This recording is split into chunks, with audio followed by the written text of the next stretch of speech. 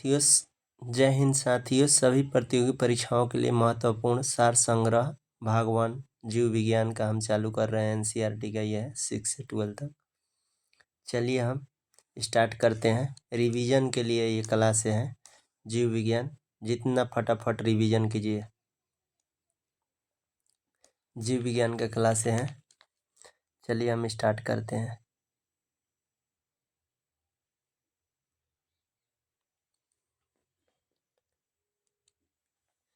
देखिए, BT culture के द्वारा क्या उत्पादित होता है? अंगूर। बीटी कल्चर के द्वारा अंगूर। जेरेंटोलॉजी के अंतर्गत वृद्धावस्था एवं आयु वृद्धि के प्रभाव का अध्ययन किया जाता है। वर्मी कल्चर में कौन सा कीट प्रयुक्त होता है? केचुआ। पेडोलॉजी के अंतर्गत किस वैज्ञानिक का अध्ययन किया जाता है? तो मिरिदा। फूलों का अध्ययन को क्या कहते हैं? एंथोलॉजी। कीटों का वैज्ञानिक अध्ययन क्या कहलाता है? एंटोमोलॉजी। ठीक है।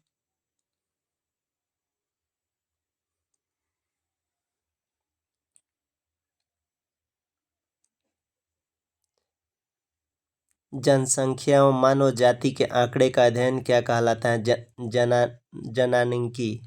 जनांकीकी। ठीक है, इंग्लिश में डेमोग्राफी कहते हैं। जीवाश्म वनस्पति के अंतर्गत पादप जीवाश्म का अध्ययन किया जाता है। पादप जीवाश्म का अध्ययन क्या कहलाता है? तो जीवाश्म वनस्पति। विभिन्न संस्कृतियों के वैज्ञानिक विवरण के तुलनात्मक अध्ययन को क्या कहा जाता है? एंथ्रोनोलॉजी। सब्जियों का अध्ययन किस शाखा के अंतर्गत किया जाता है? ओलेरीकल्चर। अस्थियों का अध्ययन विज्ञान की किस शाखा के अंतर्गत किया जाता है? ऑस्टियोलॉजी।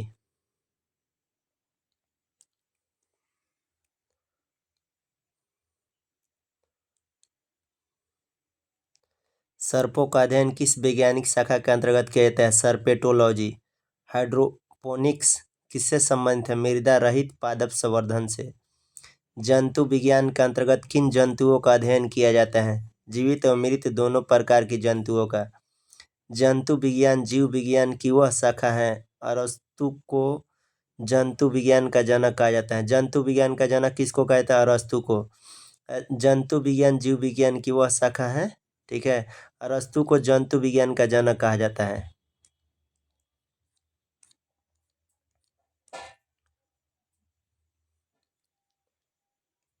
देखिए, जीव विज्ञान की विभिन्न शाखाएं के जनक। ठीक है, जीव विज्ञान की शाखाएं और जनक। जंतु विज्ञान का जनक कौन है? अरस्तु। जंतु विज्ञान का जनक अरस्तु। वनस्पति विज्ञान का जनक कौन है? थियोफ्रेस्टस। वनस्पति विज्ञान का जनक कौन है? थियोफ्रेस्टस। सूक्ष्म जीव विज्ञान का जनक कौन है? Antony van Leeuwenhoek. ठीक है, सूक्ष्म जीव विज्ञान का जनक एंटोनी वैन लीवनहॉक। जीवाणु विज्ञान का जनक कौन है? Lewis pasture. प्रतिरक्षा विज्ञान का जनक एडवर्ड जेनर। वर्गीकी तथा वर्गीकरण विज्ञान का जनक कौन है? Carolus Linnaeus. रुधिर परिसंचरण तंत्र के जनक कौन? William Harvey. कोशिका विज्ञान का जनक कौन है? Robert Hooke. उत्परिवर्तन का जनक कौन? Hugo de Vries. उत्परिवर्तन का जनक कौन? Hugo de Vries. उत्परिवर्तन का जनक कौन? Hugo de Vries. कवक विज्ञान का जनक कौन है? Heinrich Anton de Bary. कवक विज्ञान का जनक कौन है? Heinrich Anton de Bary. पादप शरीर क्रिया विज्ञान का जनक स्टीफन हेल्स। आधुनिक वनस्पति विज्ञान का जनक है कैरोलस लिनियस। आधुनिक वनस्पति विज्ञान का जनक कौन है? Carolus Linnaeus. रुधिर वर्ग का जनक कौन है? Karl Landsteiner. रुधिर वर्ग ब्लड ग्रुप का जनक कौन है? कार्ल लाइडस्टीनर। अंतःस्रावित विज्ञान का जनक कौन है? Thomas Alva Edison. अंतःस्रावित विज्ञान का जनक कौन है? Thomas Alva Edison. अनुवांशिकी जेनेटिक्स का जनक कौन है? Gregory John Mendel. आधुनिक अनुवांशिकी का जनक कौन है? Gregor John Mendel. भारतीय पुरावनस्पति विज्ञान का जनक कौन है? बीरबल साहनी। भारतीय पुरावनस्पति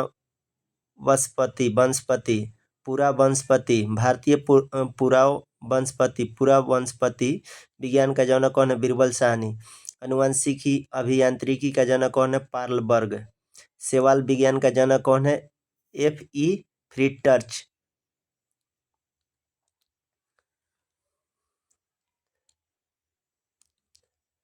भारतीय शैवाल विज्ञान का जनक कौन है? M.O.P. अयंगर। M.O.P. अयंगर। भारतीय शैवाल विज्ञान का जनक कौन है? M.O.P. अयंगर। भारतीय परिस्थितिकी विज्ञान का जनक कौन है? रामदेव मिश्रा। भारतीय परिस्थितिकी विज्ञान का जनक कौन है? रामदेव मिश्रा। और औषधि विज्ञान का जनक कौन है? हिपोक्रेटस। औषधि विज्ञान का जनक कौन है? हिपोक्रेटस। सूक्ष्मदर्शी का जनक है एंटोनी वान लीवेनहॉक। सूक्ष्मदर्शी माइक्रोस्कोपी का जनक कौन है? एंटोनी वान लीवेनहॉक। जीन चिकित्सा का जनक कौन है? एडरसन। जीन चिकित्सा का जनक कौन है? एडरसन। जीन चिकित्सा का जनक कौन है? एडरसन। जीन चिकित्सा का जनक कौन है? एडरसन।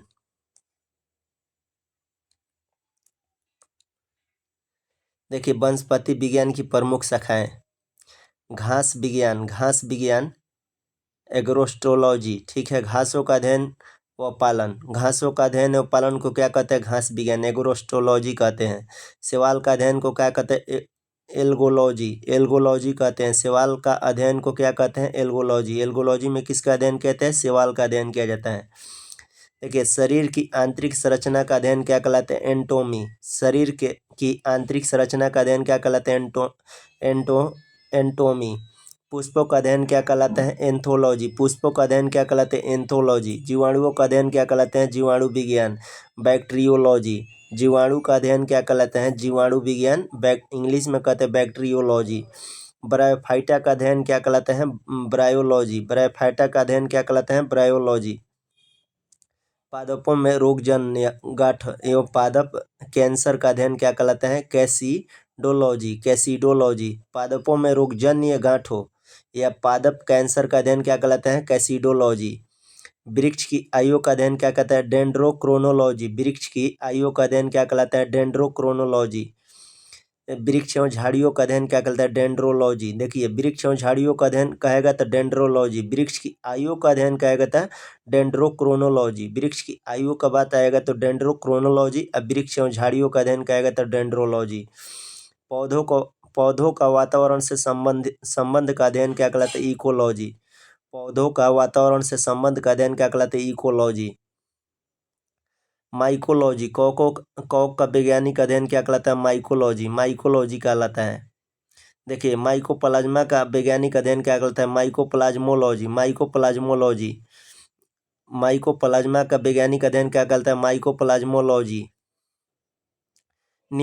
निमेटोड्स का पादप के साथ संबंध का अध्ययन क्या कहलाता है? निमेटोलॉजी। पादप जीवाश्मों का अध्ययन क्या कहलाते हैं? पेलियोबोटनी। पादप जीवाश्मों का अध्ययन क्या कहलाते हैं? पेलियोबोटनी। पादप जीवाश्मों का अध्ययन क्या कहलाते हैं? पेलियोबोटनी। परागणों का अध्ययन क्या कहलाते हैं? पेलिनोलॉजी। परागकणों का अध्ययन क्या कहलाते हैं? पेलिनोलॉजी। पादप रोगों का उपचार व अध्ययन क्या कहलाते हैं? पैथोलॉजी। पादप रोगों का उपचार व अध्ययन क्या कहलाते हैं? पैथोलॉजी। पोषक तथा परजीवियों के संबंध का अध्ययन क्या कहलाता है? पैरासिटोलॉजी। पोषक तथा परजीवियों का संबंध का अध्ययन क्या कहलाता है? पैरासिटोलॉजी। औषधि पादपों का अध्ययन क्या कहलाता है? फार्मेकोलॉजी।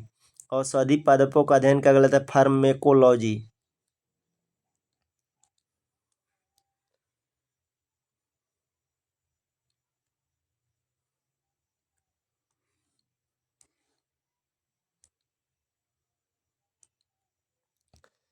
देखो, पौधों का वातावरण से पौधों का वातावरण से संबंध का अध्ययन क्या कहलाता है? इकोलॉजी। आर्थिक महत्व के पौधों का अध्ययन क्या कहलाता है? Economic botany. आदिवासियों द्वारा पादपों का उपयोग का अध्ययन क्या कहलाता है? एथनोबोटनी। आदिवासियों द्वारा पादपों का उपयोग का अध्ययन क्या कहलाता है? एथनोबोटनी। वनों का अध्ययन क्या कहलाता है? फॉरेस्ट्री। वनों का अध्ययन फॉरेस्ट्री कहलाता है। अन्य ग्रहों पर संभावित जीवों की उपस्थिति का अध्ययन क्या कहलाता है? एक्सबायोलॉजी। अन्य ग्रहों पर संभावित जीवों की उपस्थिति का अध्ययन क्या कहलाता है? एक्सबायोलॉजी। कृत्रिम जीन्स का निर्माण व स्थानांतरण का अध्ययन क्या कहलाता है? Genetics engineering. कृत्रिम जीन्स का निर्माण व स्थानांतरण का अध्ययन क्या कहलाता है? Genetics engineering. लाइकेंस का अध्ययन क्या कहलाता है? लाइकेनोलॉजी। लाइकेंस का अध्ययन क्या कहलाता है? लाइकेनोलॉजी। सूक्ष्म जीवों का अध्ययन क्या है? माइक्रोबायोलॉजी। सूक्ष्म जीवों का अध्ययन क्या कहलाता है? माइक्रोबायोलॉजी। विभिन्न पादपों के जैविक क्रियाओं का अध्ययन क्या कहलाता है? फिजियोलॉजी। विभिन्न पादपों के जैविक क्रियाओं का अध्ययन क्या कहलाता है? फिजियोलॉजी। टेरिडोफाइटस का अध्ययन क्या कहलाता है? टेरिडोलॉजी। टेरिडोफाइटस का अध्ययन क्या कहलाता है? टेरिडोलॉजी। पौधों के वितरण व उसके कारणों का अध्ययन क्या कहलाता है? फाइटोजियोग्राफी। अंतरिक्ष तथा वायुमंडल में स्थित पादपों का अध्ययन क्या कहलाता है? Space biology. अंतरिक्ष तथा वायुमंडल में स्थित पादपों का अध्ययन क्या कहलाता है? Space biology. बीजों का अध्ययन क्या कहलाता है? अस्मेलॉजी। बीजों का अध्ययन क्या कहलाता है? अस्पर्मेलॉजी। सूर्य के प्रभाव से चिकित्सा करने का प्रक्रिया क्या कहलाता है? हीलियोथेरेपी।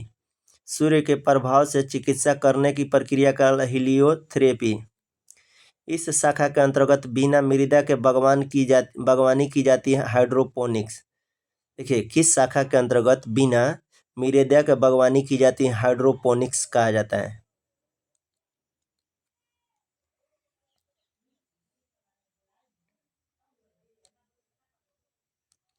देखिए, जंतु विज्ञान की प्रमुख शाखाएं। जंतु विज्ञान की प्रमुख शाखाएं। जंतु विज्ञान की प्रमुख शाखाएं। जंतु विज्ञान की प्रमुख शाखाएं। देखिए, विच्छेदन के द्वारा शरीर एवं विविध अंगों की रचना का प्रदर्शन करना, एंटोमी। विच्छेदन के द्वारा शरीर एवं विविध अंगों की रचना का प्रदर्शन करना, एंटोमी। ठीक है। मानव जाति के सांस्कृतिक विकास का अध्ययन क्या कहलाता है? एंथ्रोपोलॉजी। एंथ्रोपोलॉजी। मानव जाति के सांस्कृतिक विकास का अध्ययन, एंथ्रोपोलॉजी। जैविक एवं अजैविक वातावरण से जीवों के विविध संबंधों का अध्ययन क्या कहलाता है? इकोलॉजी। अंतःस्रावित तंत्रों का अध्ययन क्या कहलाता है? एंडोक्राइनोलॉजी। अंतःस्रावित तंत्रों का अध्ययन क्या कहलाता है? एंडोक्राइनोलॉजी। भ्रूणीय संवर्धन का अध्ययन क्या कहलाता है? एम्ब्रायोलॉजी। भ्रूणीय संवर्धन का अध्ययन क्या कहलाता है? एम्ब्रायोलॉजी। भ्रूणीय संवर्धन का अध्ययन क्या कहलाता है? एम्ब्रायोलॉजी। उत्प्रेरकों का अध्ययन क्या कहलाता है? एंजाइमोलॉजी। उत्प्रेरकों का अध्ययन क्या कहलाता है? एंजाइमोलॉजी। कीट पतंगों का अध्ययन क्या कहलाता है? एंटोमोलॉजी। कीट पतंगों का अध्ययन क्या कहलाता है? एंटोमोलॉजी।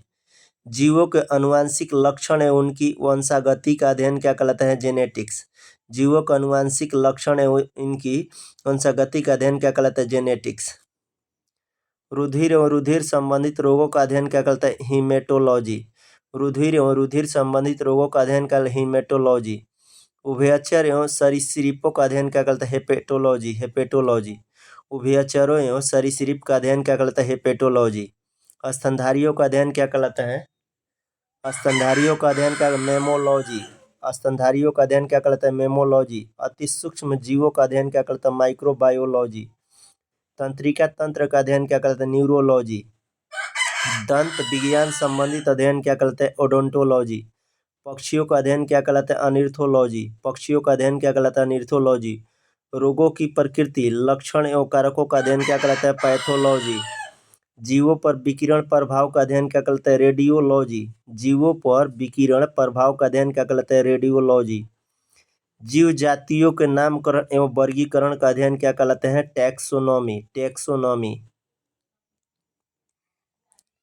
टैक्सोनॉमी।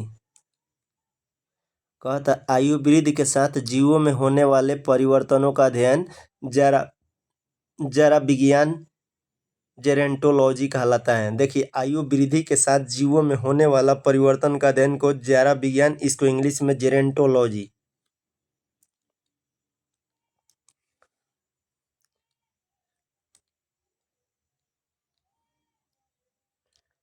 देखिए, जीव की उत्पत्ति से संबंधित प्रमुख सिद्धांत एवं जैव विकास।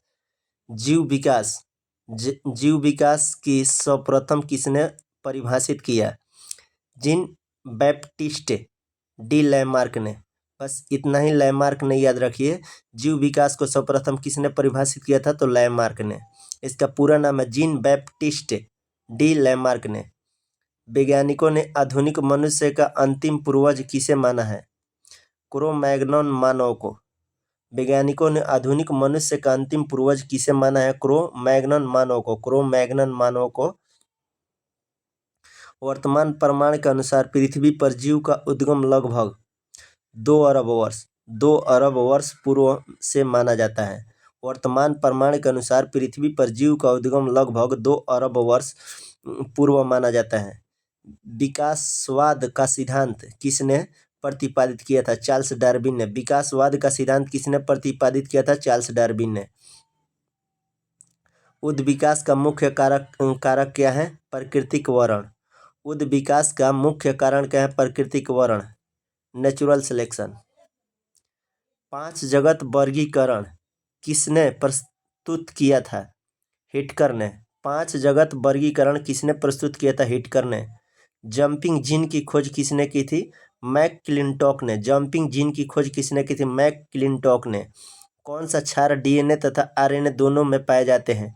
एंडिनिन, गुआनिन तथा साइटोसिन में। कौन सा क्षार डीएनए तथा आरएनए दोनों में पाए जाते हैं? एंडिनिन, गुआनिन तथा साइटोसिन में। ऐसे कौन से उड़ने वाले जीव हैं जो पक्षी वर्ग में नहीं आते हैं? चमगादड़। ऐसे कौन सा उड़ने वाला जीव है जो पक्षी वर्ग में नहीं आते हैं? चमगादड़। चमगादड़ को उड़ने की क्षमता होते हुए भी पक्षी वर्ग के अंतर्गत नहीं शामिल किया गया है, बल्कि इसे स्तनपायी वर्ग में सम्मिलित किया गया है। वह समूह जिसके जंतु प्रायः रात्रिचर होते हैं? मच्छर, चमगादड़, उल्लू।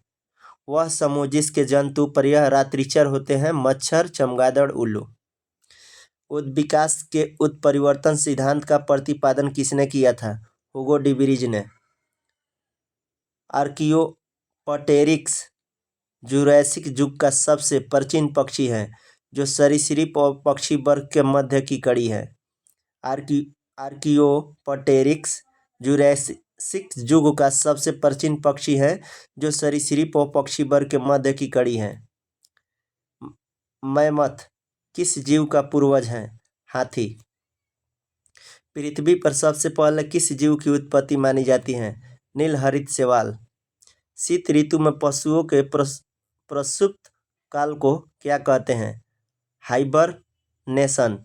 शीत ऋतु में पशुओं के प्रसुप्त काल को क्या कहा जाता है? हाइबरनेशन।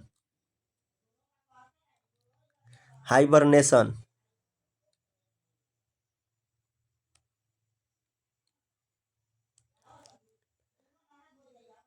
किस जीव में स्नायु तंत्र तो होता है परंतु मस्तिष्क नहीं होता है? तारामीन, स्टारफिश में।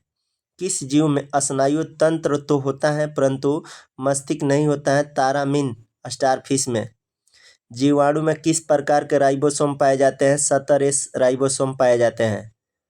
डायनासोर सरीसृप वर्ग में आते थे जिनका उदय मेसोजोइक युग में हुआ था। नीलहरित शैवाल जीवाणु तथा कवक में लवक नहीं पाए जाते हैं। नीलहरित शैवाल जीवाणु तथा कवक में लवक नहीं पाए जाते हैं, बल्कि लोमिली के आकार की कौन सी रचना पाई जाती है? क्रोमैटोफोर्स। किन पौधे में जाइलम वाहिकाओं का अभाव होता है? अनावृतबीजी एवं टेरिडोफाइटस में। किन पौधों में जाइलम वाहिकाओं का अभाव होता है? अनावृतबीजी एवं टेरिडोफाइटस में।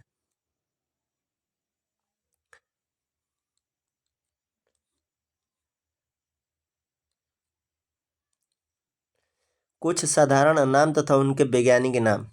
साधारण नाम, वैज्ञानिक नाम। मानव का वैज्ञानिक नाम होमो सेपियंस। मानव का वैज्ञानिक नाम होमो सेपियंस। तेंदुआ का वैज्ञानिक नाम पैंथेरा पारडस। तेंदुआ का वैज्ञानिक नाम पैंथेरा पारडस। बाघ का वैज्ञानिक नाम पैंथेरा टिग्रिस। शेर का वैज्ञानिक नाम पैंथेरा लियो। मटर का वैज्ञानिक नाम पाइसम सटाइवम। बिल्ली का वैज्ञानिक नाम फेलिस कैट्स। मेढक का वैज्ञानिक नाम राना टिग्रिना। धान का वैज्ञानिक नाम ओराइजा सटाइवम। सरसों का वैज्ञानिक नाम ब्रेसिका कम्पेस्ट्रिस। चना का वैज्ञानिक नाम सीसर एरिटिनम। चना का वैज्ञानिक नाम सीसर एरिटिनम। चना का वैज्ञानिक नाम सीसर एरिटिनम। गेहूं का वैज्ञानिक नाम ट्रिटिकम एस्टिवम। गाय का वैज्ञानिक नाम बॉस इंडिकस। आम का वैज्ञानिक मैंगीफेरा इंडिका। प्रकाश संश्लेषण की प्रकाशिक एवं अप्रकाशिक अभिक्रिया क्लोरोप्लास्ट में कहाँ संपन्न होता है? क्रमशः ग्रेना एवं स्ट्रोमा में। प्रकाश संश्लेषण की प्रकाशिक एवं अप्रकाशिक अभिक्रिया क्लोरोप्लास्ट में कहाँ संपन्न होता है? ग्रेना एवं स्ट्रोमा में। मोलस्का संघ के कुछ जंतु में नीले या हरे रंग का रक्त किसके कारण होता है? हिमोयास्निन के कारण। मोलस्का संघ के कुछ जंतु में नीले या हरे रंग का रक्त किसके कारण होता है? हिमोयास्निन के कारण। मानव हृदय का बायां नील्य प्रकोष्ठ पूर्णतः ऑक्सीकृत रक्त को धमनी में और संपूर्ण शरीर में भेजता है। कवकों और उच्चतर पादपों की जड़ों के मध्य कौन सा कार्यात्मक साहचर्य पाया जाता है? कवक मूल। ईस्ट और मशरूम किस प्रकार के जीव हैं? फफूंद। ईस्ट या मशरूम किस प्रकार के कवक हैं? तो फफूंद, फंगी। इसी को इंग्लिश में फफूंद को फंगी बोला जाता है। कपास में पाए जाने वाला प्रमुख घटक कौन सा है? सेलुलोज। कपास में पाए जाने वाला प्रमुख घटक कौन सा होता है? सेलुलोज। लाइकेन किससे निर्मित होते हैं? कवक एवं शैवाल से। लाइकेन किससे निर्मित होते हैं? कवक एवं शैवाल से। Fungi and algae. जीवन चक्र की दृष्टि से पौधे का सबसे महत्वपूर्ण अंग कौन सा है? पुष्प। लीची के फलों को किस भाग के अंतर्गत रखा गया है? एक बीजी बेरी। लीची के फलों को किस भाग के शाखा के अंतर्गत रखा गया? एक बीजी बेरी। हल्दी पौधे के तनों से प्राप्त होती है तथा उसका खाने वाला हिस्सा परकंद कहलाता है। हल्दी पौधे के तनों स्टेम से प्राप्त होती है तो इसका खाने वाला हिस्सा परकंद कहलाता है। लाल मिर्च किसकी उपस्थिति के कारण तीखी होती है? कैप्सेसिन। लाल मिर्च किसकी उपस्थिति के कारण तीखी होती है? कैप्सेसिन। सबसे बड़ा स्तनपायी जीव कौन सा है? व्हेल। रेशम का कीड़ा अपने जीवन काल की किस अवस्था में वाणिज्यिक तंतु उत्पन्न करता है? प्यूपा अवस्था में।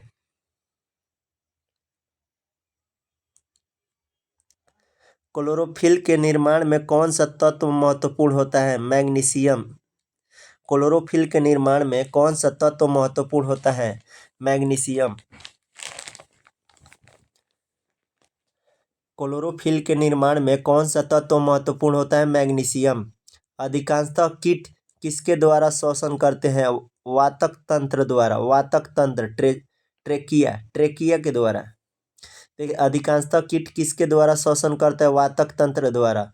अधिकांशतः कीट किसके द्वारा श्वसन करते हैं? वातक तंत्र ट्रेकिया के द्वारा। कुनैन आवृतबीजी पादप का उदाहरण है। कुनैन जो है आवृतबीजी पादप का उदाहरण जो सिनकोना नामक पादप का छाल से प्राप्त होता है तथा यह मलेरिया के उपचार के लिए प्रयोग किया जाता है। सेव में पाए जाने वाला लाल रंग का क्या कारण है? सेव में पाए जाने वाला लाल रंग का क्या कारण है? एंथोसायनिन। सेव में पाए जाने वाला लाल रंग का कारण क्या? एंथोसायनिन। टमाटर में लाल रंग किसके कारण उपस्थित होता है? लाइकोपिन की उपस्थिति के कारण। गर्म रुधिर वाले या समतापी जंतु के शरीर का तापमान कितना होता है? सदैव एक समान रहता है। गर्म रुधिर वाले या समतापी जंतु के शरीर का तापमान कितना होता है? सदैव एक समान रहता है। समुद्री घोड़ा किस प्रकार के जीव का उदाहरण है? मछली का। समुद्री घोड़ा जो है किस प्रकार के जीव का उदाहरण है? मछली का। वह कौन सा स्तनपायी है जो अंडे देता है बच्चे नहीं? एकिडना। वह कौन सा स्तनपायी है जो अंडे देता है बच्चे नहीं? एकिडना। जानने की इच्छा प्रकट करना तथा गूढ़ चिंतन व मनन करना मनुष्य का वानर गुणों से अलग करता है। वानर गुणों से देखो, जानने की इच्छा प्रकट करना तथा गूढ़ चिंतन व मनन करना मनुष्य के वानर गुणों से अलग करता है। मानव शरीर में पाए जाने वाला सबसे छोटी कोशिका कौन सी है? शुक्राणु।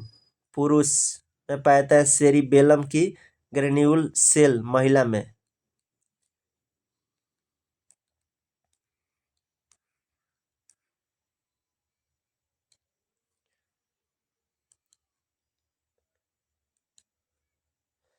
शहतूत के फल का वैज्ञानिक नाम क्या है? सोरोसिस। सोरोसिस। शहतूत के फल का वैज्ञानिक नाम क्या है? सोरोसिस। शहतूत के फल का वैज्ञानिक नाम क्या है? सोरोसिस। सर्पों के 20 ग्रंथियां किस अंग के समान है? केसुरुकी प्राणियों की लार ग्रंथियां के। सर्पों के 20 ग्रंथियां किस अंग के समान है? केसुरुकी प्राणियों की लार ग्रंथियां के। निपेंथिस खासियाना नामक पौधा मुख्यतः भारत के किस राज्य में पाया जाता है? मेघालय में। निपेंथिस खासियाना, इसको इंग्लिश में बोलते हैं पिचर प्लांट, नामक पौधा मुख्यतः भारत के किस राज्य में पाया जाता है? तो मेघालय में। चट्टानों पर उगने वाला पादप क्या कहलाते हैं? शैलोदभिद। चट्टानों पर उगने वाला पादप क्या कहलाता है? शैलोदभिद। घटपड़ी पिचर प्लांट, घटपड़ी इसी को पिचर प्लांट बोलता है, कीटभक्षी पादप के अंतर्गत आता है। इसका पत्तिये के पण फलक घड़े में रूपांतरित हो जाता है। कौन सा प्राणी अपने आंत में जल का संग्रह करता है? ऊंट। कौन सा प्राणी अपनी आंत में जल का संग्रह करता है? ऊंट। सील किस वर्ग का प्राणी है? स्तनपायी। सील जो है किस वर्ग का प्राणी है? स्तनपायी। कॉर्क जो है किस पेड़ से प्राप्त होता है? क्वैकर्स।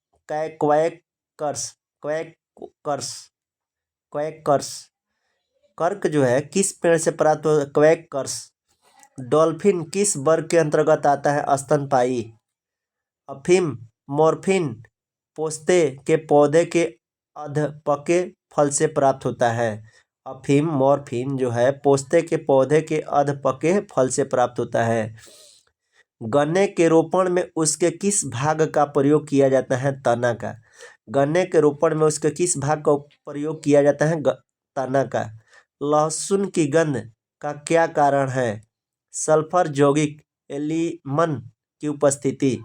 सल्फर यौगिक की उपस्थिति, इंग्लिश में एलिमन की उपस्थिति। एलिमन की उपस्थिति। एलिमन की उपस्थिति।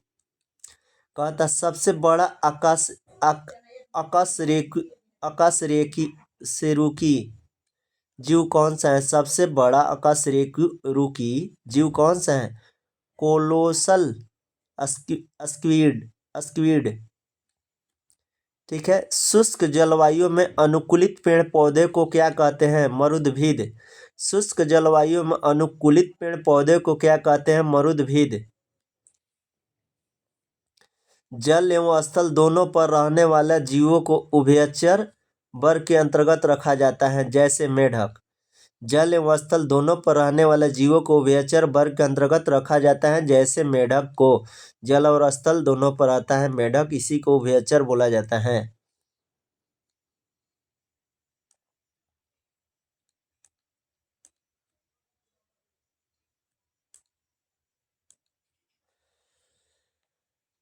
अधिपादप अन्य पौधों पर क्यों निर्भर रहता है? यांत्रिक सहारे के लिए। अधिपादप अन्य पौधों पर क्यों निर्भर रहता है? यांत्रिक सहारे के लिए। टिक और माइट किस जीव वंश से संबंधित है? मकड़ी वंश ले। टिक और माइट किस जीव वंश से संबंधित है? मकड़ी वंश ले। जुगनू की चमक किस एंजाइम के कारण होता है? ल्यूसीफेरस। जुगनू की चमक किस एंजाइम के कारण होता है? ल्यूसीफेरस। जुगनू की चमक किस एंजाइम के कारण होता है? ल्यूसीफेरस। सन हेम्प रेसे किससे प्राप्त किया जाता है? फ्लोएम से। लेग हीमोग्लोबिन किसमें पाई जाती है? लेग्यूम मूल ग्रंथिया में।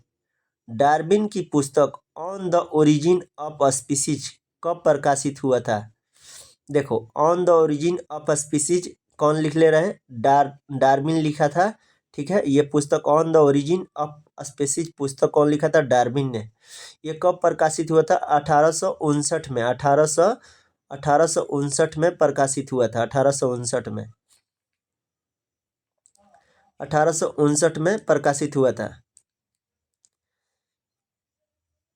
डूबने से हुई मृत्यु का पता लगाने में किस जीव का महत्व है? डायटम। पपीते का पीला किस कारण होता है? कैरिकाजेंथिन की उपस्थिति के कारण। बस इतना ही। कैरिकाजेंथिन। पपीता का पीला किस कारण होता है? कैरिकाजेंथिन की उपस्थिति के कारण। पौधे के किस भाग में से हल्दी प्राप्त होता है? तना से। किस शैवाल से आयोडीन का निर्माण होता है?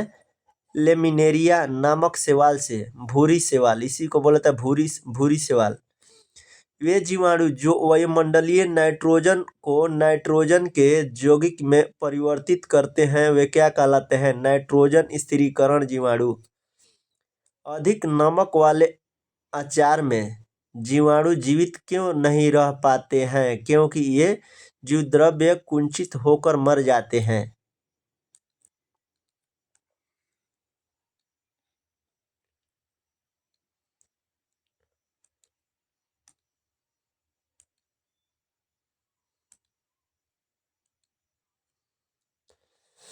जैव विकास के पक्ष में किस स्रोत से प्रत्यक्ष प्रमाण प्राप्त होते हैं? जीवाश्मों से। जीवों के उद्विकास के संदर्भ में कौन सा अनुक्रमण सही है? सैलामेंडर, अजगर, कंगारू। किस कशेरुकी जीवों में कंकाल पूर्णतः अनुपस्थित होता है? सरीसृप। कॉकरोच और सिल्वर फिश में किस प्रकार का परिसंचरण तंत्र पाया जाता है? खुला परिसंचरण तंत्र। स्तनपायी भ्रूण के उत्सर्जनीय उत्पाद किसके द्वारा बाहर उत्सर्जित किए जाते हैं? अपरा। स्तनपायी भ्रूण के उत्सर्जनीय उत्पाद किसके द्वारा बाहर उत्सर्जित किया जाता है? अपरा। चमगादड़ कैसा प्राणी है? नियततापी। कवक कोशिका में संचित होने वाला खाद्य पदार्थ कौन सा है? ग्लाइकोजन। कवक कोशिका में संचित होने वाला खाद्य पदार्थ कौन सा है? ग्लाइकोजन। तालाबों और कुआओं में किस जंतु को छोड़ने से मच्छरों को नियंत्रित करने में मदद मिलती है? गैबूसिया फिश। तालाब और कुओं में किस जंतु को छोड़ने से मच्छरों की नियंत्रित करने में मदद मिलती है? गैबूसिया फिश। बिस्फेनॉल ए क्या है? खाद्य संवेदपटन सामग्री के विकास के लिए प्रयोग में लाए जाने वाला रसायन। मृदा के प्रयोग के बिना केवल जल एवं खनिज की सहायता से पौधे उगाने की विधि को हाइड्रोपोनिक्स कहा जाता है। प्रतिजैविक मुख्यतः किससे प्राप्त किए जाते हैं? जीवाणु से। यीस्ट कोशिका में कौन सा मुख्य विकर उपस्थित होता है?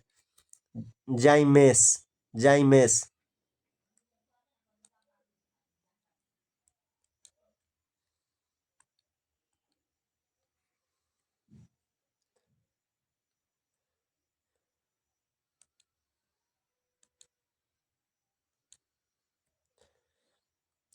विज्ञान की पैलियोंटोलॉजी नामक शाखा के अंतर्गत जीवाश्मों का अध्ययन किया जाता है। जीवाश्मों का अध्ययन क्या कहलाता है? पैलियोंटोलॉजी। सबसे बड़ा पक्षी जो तेज गति से दौड़ सकता है परंतु उड़ नहीं सकता है, क्या है? शुतुरमुर्ग। नमक युक्त मिट्टी में उगने वाला पादप हेलोफाइटस कहलाता है। नमक युक्त मिट्टी में उगने वाला पादप क्या कहलाता है? हेलोफाइटस कहलाता है। जब एक ही जीन दो या दो से अधिक भिन्न भिन्न लक्षणों को एक साथ नियंत्रित करती है तो इसे क्या कहा जाता है? बहुप्रभाविता का नियम। क्यूनिन अथवा कुनैन किसकी छाल से प्राप्त की जाती है? सिनकोना की। क्यूनिन अथवा कुनैन किसकी छाल से प्राप्त की जाती है? सिनकोना की। मेडल ने अपने वंशागति नियमों को प्रतिपादित करने में किस पौधे का प्रयोग किया था? गॉर्डन पी, मटर का।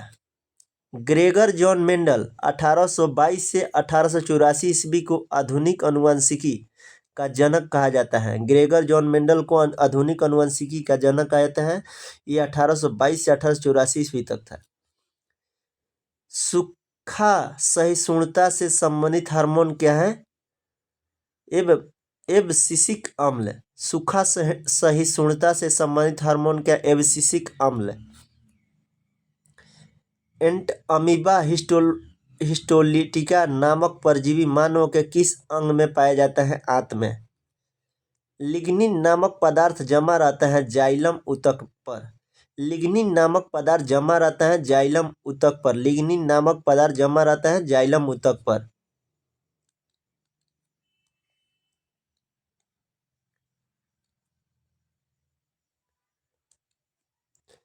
डीएनए संश्लेषण तथा हिस्टोन प्रोटीन कोशिका चक्र की किस प्रवस्था में बनते हैं? इस प्रवस्था में। डीएनए संश्लेषण तथा हिस्टोन प्रोटीन कोशिका चक्र की किस प्रवस्था में बनते हैं? तो इस प्रवस्था में। अधिकांश एंजाइम किस ताप पर सर्वाधिक सक्रिय होते हैं? 20 से 35 डिग्री सेल्सियस के मध्य। सीप, घोंघा, स्क्विड, कौड़ी, ऑक्टोपस, कटल फिश आदि मोलास्का संघ के प्रमुख जीव हैं। मोलास्का संघ के प्रमुख जीव कौन है? सीप, घोंघा, स्क्विड, कौड़ी, ऑक्टोपस, कटल फिश कौन सा ग्रुप का है? तो मोलास्का संघ का है। कोशिका। जैव कोशिका के किस कोशिका को ऊर्जा घर कहा जाता है? माइटोकॉन्ड्रिया को। पावर हाउस किसको कहा जाता है? कोशिका का पावर हाउस माइटोकॉन्ड्रिया को कहते हैं। हमारे तंत्र में अधिकतम एटीपी अणुओं को उत्पन्न करने वाला पद का नाम क्या है? क्रेब्स चक्र है। हमारे तंत्र में अधिकतम एटीपी अणुओं को उत्पन्न करने वाले पद का नाम क्या है? क्रेब्स चक्र। क्रेब्स चक्र। प्लाज्मा झिल्ली किन पदार्थों से बने होते हैं? प्रोटीन तथा लिपिड से। प्लाज्मा झिल्ली जो है किन पदार्थों से बने होते हैं? प्रोटीन तथा लिपिड से। प्लाज्मा झिल्ली किन पदार्थों से बने होते हैं? प्रोटीन तथा लिपिड से। मानव शरीर के किस अंग में लसिका कोशिकाएं पाई जाती हैं? पलीहा में। मानव शरीर के किस अंग में लसिका कोशिका पाए जाते हैं? पलीहा में। किस जीव में लिंग गुणसूत्र नहीं पाए जाते हैं? छिपकली में। किस जीव में लिंग गुणसूत्र नहीं पाए जाते हैं? छिपकली में। कोशिका का जीवित अंश जीव द्रव्य कहलाता है। यह किससे मिलकर बनता है?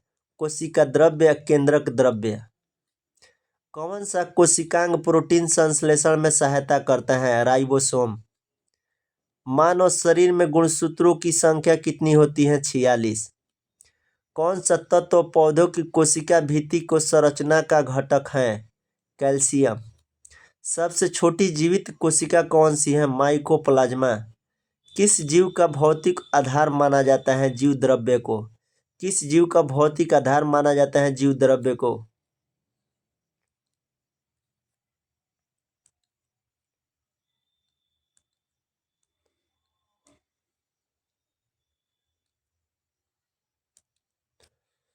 जंतु कोशिका में अनुपस्थित होते हैं। कोशिका भित्ति।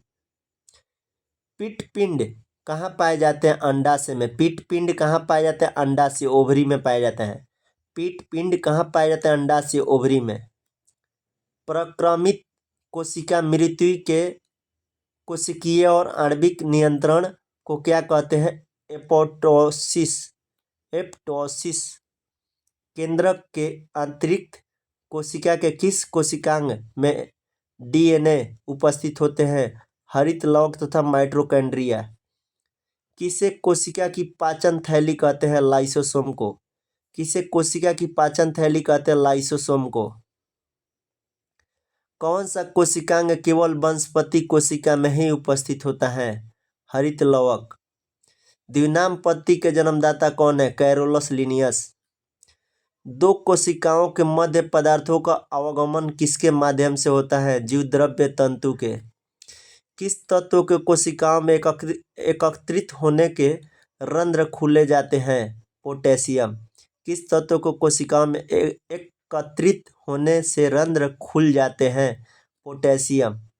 किस कोशिकांग को ट्रैफिक पुलिस की संज्ञा प्रदान की जाती है? गोल्जिकाएं को। किस कोशिका को ट्रैफिक पुलिस की संज्ञा प्रदान की जाती है? गोल्जिकाएं को। प्लाज्मा झिल्ली किस पदार्थ से बनी होती है? लाइपोप्रोटीन से। प्लाज्मा झिल्ली किस पदार्थ से बनी होती है? लाइपोप्रोटीन से। प्लाज्मा झिल्ली को संरचना के यूनिट मेम्ब्रेन मॉडल किसने प्रस्तुत किया था?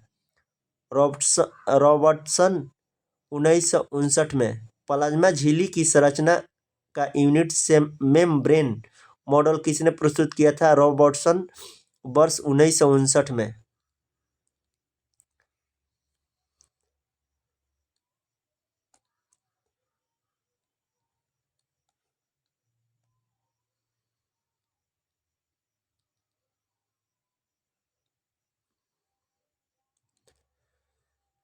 मनुष्य के किस ऊतक में जन्म के पश्चात कोशिका विभाजन नहीं होता है? तंत्रिका ऊतक में। मनुष्य के किस ऊतक में जन्म के पश्चात कोशिका विभाजन नहीं होता है? तंत्रिका ऊतक में। कौन सा भाग पादप तथा जंतु कोशिका में पाया जाता है? कोशिका झिल्ली, कोशिका द्रव्य, केंद्रक। कौन सा भाग पादप तथा जंतु कोशिका में पाया जाता है? कोशिका झिल्ली, कोशिका द्रव्य और केंद्रक।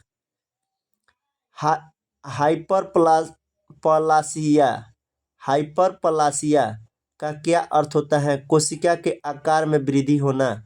हाइपरप्लासिया का क्या अर्थ होता है? कोशिका के आकार में वृद्धि होना।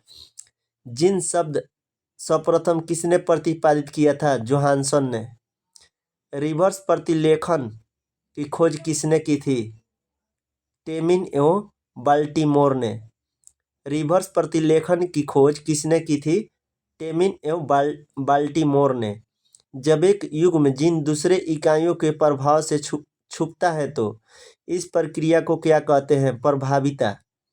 जब एक युग्म जीन दूसरे इकाई के प्रभाव को छुपाता है तो इस प्रक्रिया को क्या कहते हैं? प्रभाविता। पुरुषों के शुक्राणु तथा महिलाओं के अंडाणु की निषेचन की क्रिया अंडवाहिनी में संपन्न होती है। पुरुषों के शुक्राणु तथा महिलाओं के अंडाणु की निषेचन की क्रिया अंडवाहिनी से संपन्न होती है। कोशिका भित्ति की संरचना कैसी होती है? परागमय। कोशिका भित्ति की संरचना कैसी होती है? परागमय। विश्व की सबसे छोटी कोशिका कौन सी है? माइकोप्लाज्मा गैलीसेप्टिकमा। विश्व की सबसे छोटी कोशिका कौन है? माइकोप्लाज्मा गैलीसेप्टिकमा। विश्व की सबसे बड़ी कोशिका कौन है? शुतुरमुर्ग का अंडा। मानव शरीर में सबसे छोटी कोशिका किसकी है? सेरिबलम की गैनुअल सेल। सेरिबलम की गैनुअल सेल। मानव शरीर की सबसे बड़ी कोशिका कौन सी? अंडाणु, केवल स्त्रियों में। मानव शरीर की सबसे बड़ी कोशिका कौन है? अंडाणु, केवल स्त्रियों में। मानव शरीर की सबसे लंबी कोशिका कौन है? न्यूरॉन। पुरुषों में सबसे छोटी कोशिका कौन सी है? शुक्राणु। सबसे बड़ी पादप कोशिका कौन सी है? कैलेपोटैक्सीफोलिया। कैलेपोटैक्सीफोलिया। सबसे बड़ी पादप कोशिका कौन सी है? कैलेपोटैक्सीफोलिया। थैंक यू दोस्त। चलो अगला वीडियो में बने रहना, अगला वीडियो स्टार्ट करेंगे।